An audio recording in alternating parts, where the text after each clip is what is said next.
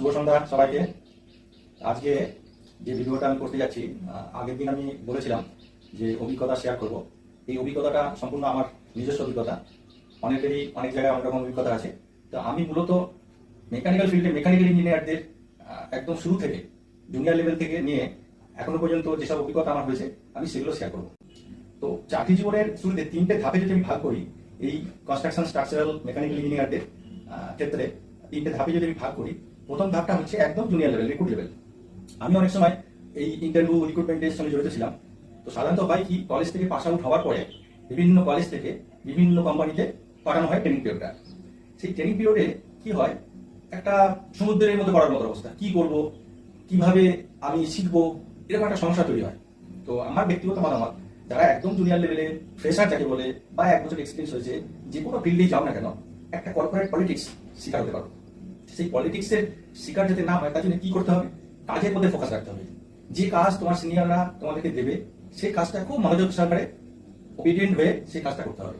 এটা 1-2 দিনের ব্যাপার না, এটা মোটামুটি 5-7 বছর কাজ করার পরে নিজে নিজেই একটা উপলব্ধি করা যায়, নিজে নিজে একটা অভিজ্ঞতা সঞ্চয় করা যায়, যাতে এক্সপিরিয়েন্সটা আরো বেশি করে করতে পারে। এইসব কাজের ক্ষেত্রে যেটা মেন খেয়াল রাখতে হবে, শরীরকে সুস্থ রাখতে হবে। শরীরকে সুস্থ রাখার জন্য যা যা কর্তব্য করণীয়, বাড়ির গার্জিয়ানদের সঙ্গে কথা বলা, সিনিয়রদের সঙ্গে কথা বলা, বা নিজের একটা রুটিন লাইফের মধ্যে নিয়ে আসতে হবে। কারণ আমরা যে ফিল্ডে চাকরি করি সেখানে শরীরটা ঠিক রাখা হচ্ছে একটা চ্যালেঞ্জ। আর শরীর ঠিক না রাখলে ম্যানেজমেন্ট কিন্তু কখনোই সেই ক্যান্ডিডেটের উপরে নজর দেয় না, যে বারবার অসুস্থ হয়, এই ছেলেটাকে দিয়ে এটা হবে না, ওই ছেলেটাকে নিয়ে আসো, ওটাকে দিয়ে এটা হবে। এই যে কানে আসবে এই কথাগুলো, তখন কিন্তু ডিমোটিভেট হয়ে যাবে। আমি আগেই বলেছি, কাউকে ডিমোটিভেট করার জন্য আমি অভিজ্ঞতা শেয়ার করছি না। কারণ আমরা দেখেছি আমাদের সঙ্গে, আমরা যখন জুনিয়র লেভেলে চাকরি জীবনে ঢুকেছি, শরীরটা ঠিক রাখা একটা চ্যালেঞ্জ হয়ে দাঁড়িয়েছিল। কারণ আমাদের বাবা মারা চেষ্টা করে ছেলেটা কাছাকাছি, বাঙালিদের বিশেষ করে একটা মনোভাব হয়ে গেছে, কাছাকাছি যদি ছেলেটা একটা চাকরি পেতো খুব ভালো হতো, বাড়ি থেকে যাতায়াত করতে পারতো বা বাড়িতে সপ্তাহে আসতে পারতো। আবার কিছু গার্জেন আমি দেখেছি বাইরে ছেলে চাকরি করে, এটা বলতে খুব গর্ববোধ হয়। কিন্তু ছেলেটা যখন বাইরে চাকরি করতে যায়, আমি তো বাইরে ঘুরেছি, সারা ভারতবর্ষের মধ্যে বিভিন্ন রাজ্যের বিভিন্ন জায়গা, রিমোট প্লেস থেকে আরম্ভ করে বড় শহরে চাকরি করে দেখেছি।